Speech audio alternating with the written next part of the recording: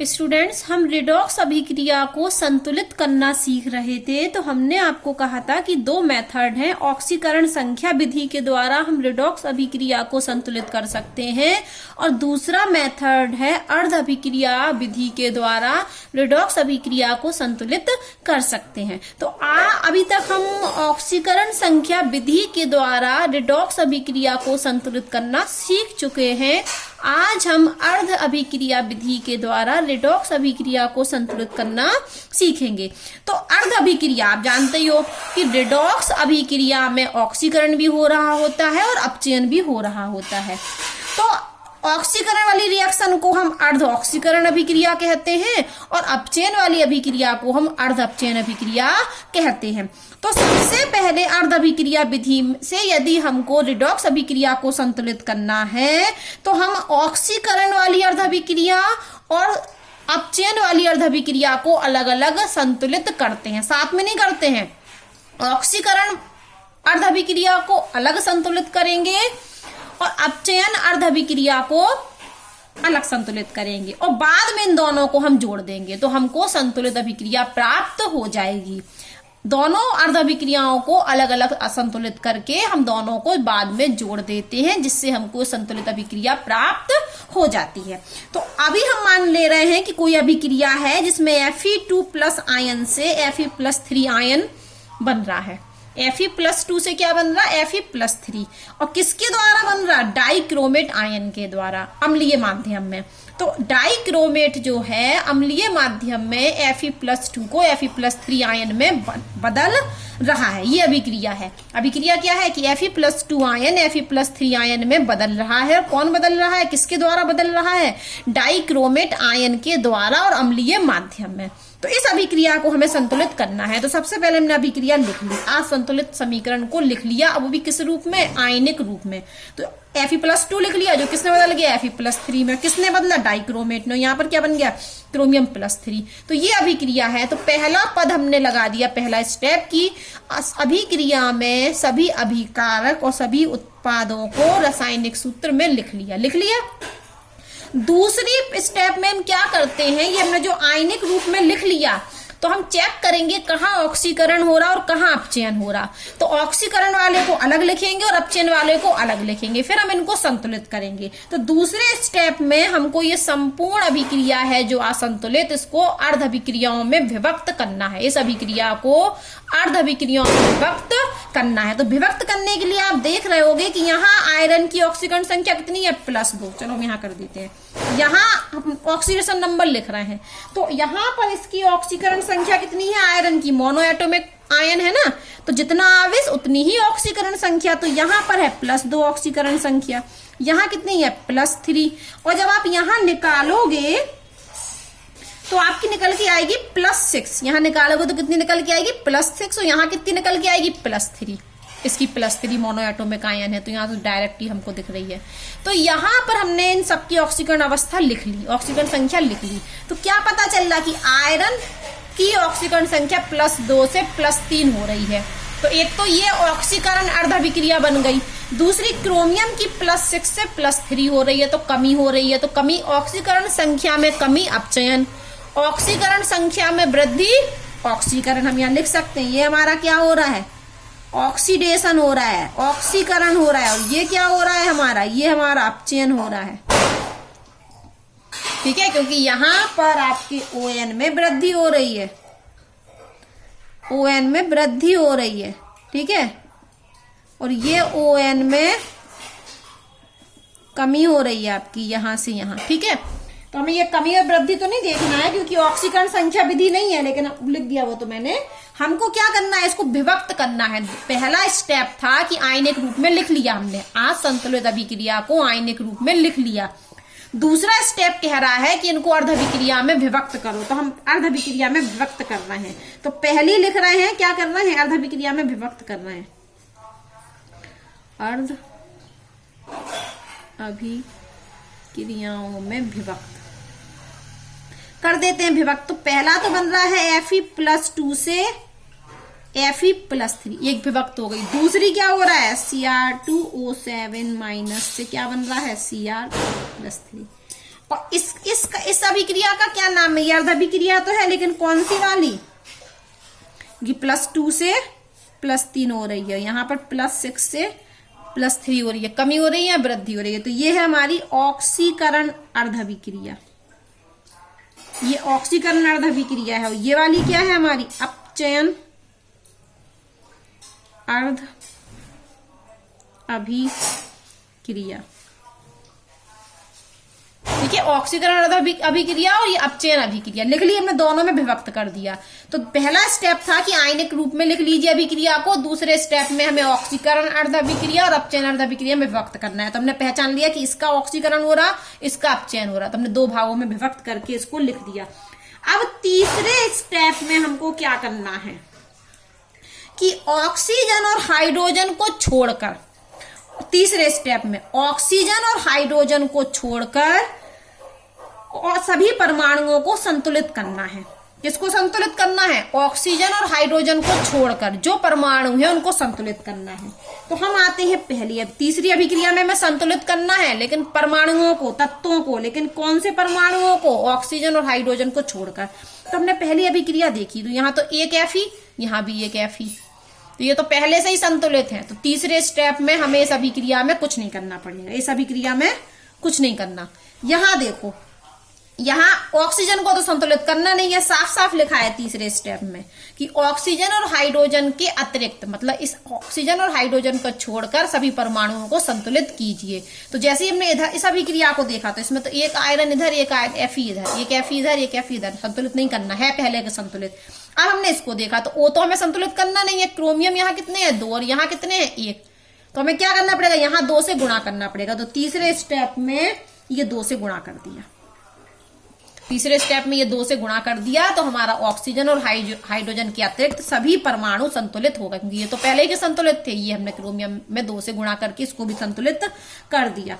अब चौथे स्टेप में क्या करना है? हमको ऑक्सीजन के संतुलन करना है। किसको संतुलित करना है? ऑक्सीजन को। और ऑक्सीजन को संतुलित करने के लिए हमें जल के अणु जोड़ने हैं। और फिर देखो, अभी मैंने तीसरे स्टेप में बोला था कि ऑक्सीजन और हाइड्रोजन को नहीं करना संतुलित, इसके अलावा जिसको जो भी परमाणु हो उसको हम गुणा करके संतुलित कर सकते हैं। तो तीसरे स्टेप सभी परमाणुओं को संतुलित कर सकते हैं, सिर्फ ऑक्सीजन और हाइड्रोजन को छोड़कर। लेकिन जो चौथा स्टेप है वो स्पेशल है ऑक्सीजन और हाइड्रोजन को संतुलित करने के लिए, तभी तो हमने तीसरे में नहीं किया। तो अब हम कर रहे हैं चौथे स्टेप में ऑक्सीजन और हाइड्रोजन को संतुलित। तो अब नियम सुनिए कि ऑक्सीजन को संतुलित करते हैं हम जल का अणु जोड़कर, और हाइड्रोजन को संतुलित करने के लिए हम H+ आयन जोड़ते हैं। तो अब हम सबसे पहले हमने ये अभिक्रिया ले ली, क्योंकि इसमें तो ऑक्सीजन है ही नहीं पहली वाली अभिक्रिया में। ये देखो, ये 2 अभिक्रिया बन गई, पहली और दूसरी। तो पहली को तो कुछ है ही नहीं, तो संतुलित हमने किया नहीं, कोई तत्व संतुलित था। दूसरे में क्रोमियम संतुलित नहीं था, तो हमने दूसरे को संतुलित करके इसको तीसरा अभिक्रिया बना दी थी। अब हमें ऑक्सीजन को संतुलित करना है चौथे स्टेप में, और स्टेप कह रहा है कि ऑक्सीजन को संतुलित करने के लिए जल का अणु जोड़ना है। तो जोड़ते हैं हम जल का अणु। तो यहाँ देखिए कितने ऑक्सीजन है? 7 ऑक्सीजन है, तो हमने यहाँ पर 7 H2O जोड़ दिया, तो ये 7 हो गए हमारे। यहाँ ऑक्सीजन 7 थे, तो ऑक्सीजन को संतुलित करने के लिए जिस तरफ ऑक्सीजन है उसके विपरीत तरफ हम 7 जल के अणु जोड़ दें। अब हमें हाइड्रोजन संतुलित करना है, तो हाइड्रोजन को संतुलित करने के लिए H+ आयन जोड़ते हैं। कितने हाइड्रोजन है? 7 दूनी 14, तो हम यहाँ पर 14 H+ आयन जोड़ दें। तो यह अभिक्रिया क्या हो गई हमारी? संतुलित हो गई। क्या संतुलित हो गया? हाइड्रोजन और ऑक्सीजन। अब स्टेप नंबर 5 में हम क्या करते हैं? आवेश का संतुलन करते हैं। किसका संतुलन करते हैं? आवेश का। किसका संतुलन करते हैं? आवेश का। तो अब हमें मतलब है पहली और चौथी अभिक्रिया से, क्योंकि जो दूसरी अभिक्रिया थी वो तत्व संतुलित करने के बाद तीसरी बन गई, और तीसरी अभिक्रिया में हाइड्रोजन और ऑक्सीजन को संतुलित करने के बाद चौथी बन गई। तो हमें किससे मतलब है? पहली और चौथे से।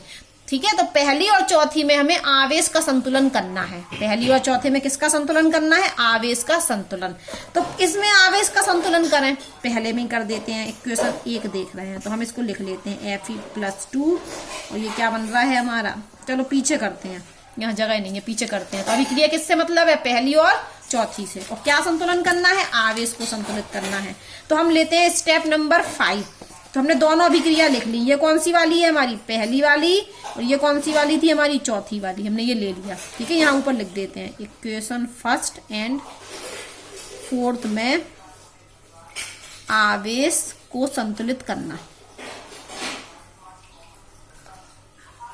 ठीक है, अभिक्रिया पहली और चौथे में आवेश को संतुलित करना। देखिए यहाँ पर आवेश कितना है +2, यहाँ पर आवेश कितना है +3।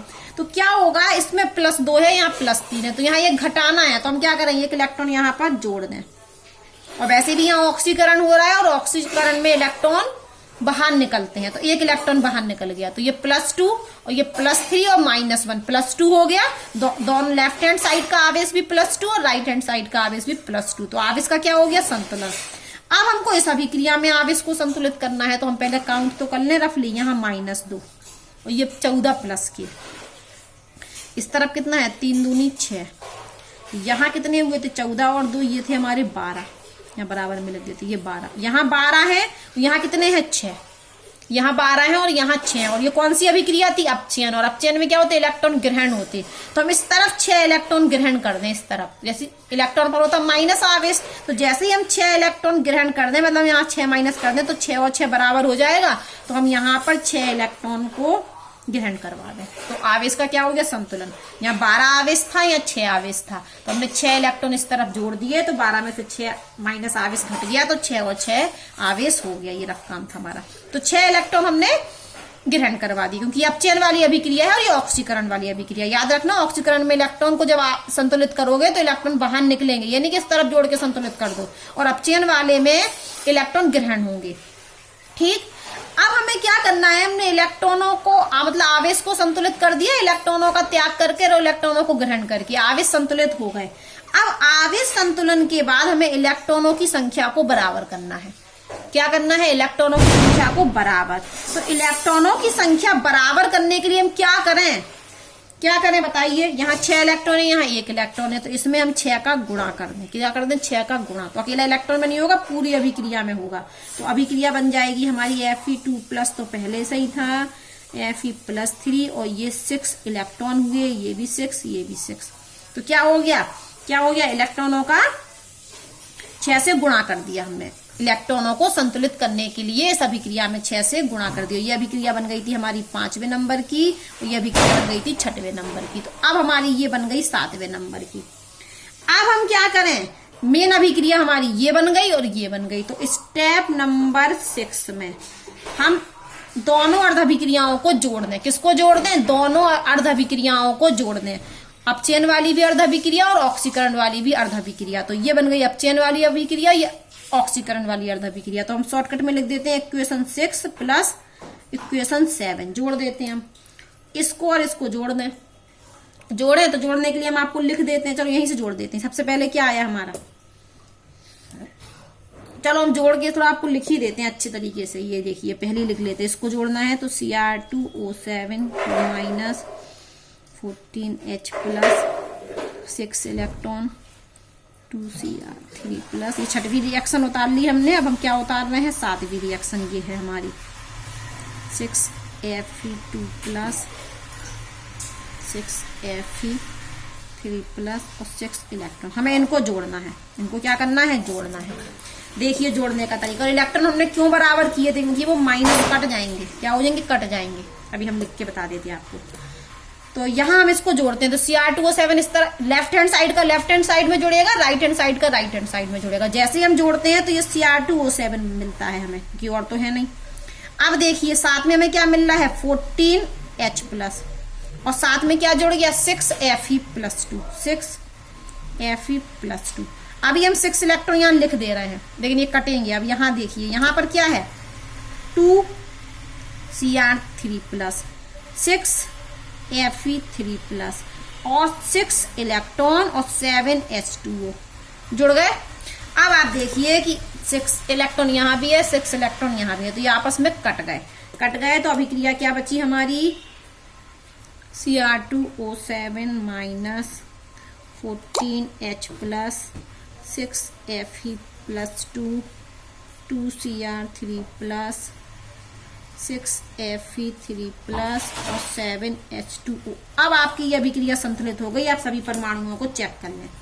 2 Cr इधर, 2 Cr इधर, 14 हाइड्रोजन इधर, 7 दूनी 14 हाइड्रोजन यहाँ, ऑक्सीजन ये देखो 7 ऑक्सीजन, और यहाँ देखो 7 ऑक्सीजन, आयरन 6 इधर, आयरन 6 इधर। पूरी अभिक्रिया आपकी संतुलित हो गई अर्ध अभिक्रिया विधि के द्वारा। तो क्या करते हैं, सबसे पहले अभिक्रिया का आयनिक रूप लिखते हैं और हम ढूंढते हैं किस अभिक्रिया में ऑक्सीकरण हो रहा, कहाँ अपचयन हो रहा। तो दोनों को हम विभक्त कर देते हैं अर्ध अभिक्रियाओं में, ऑक्सीकरण अर्ध अभिक्रिया और अपचयन अर्ध अभिक्रिया में। फिर तीसरे स्टेप में हम ऑक्सीजन और हाइड्रोजन को छोड़कर तत्वों को गुणा करके संतुलित कर लेते हैं। यहाँ 2 क्रोमियम थे, हमने 2 से गुणा कर दिया।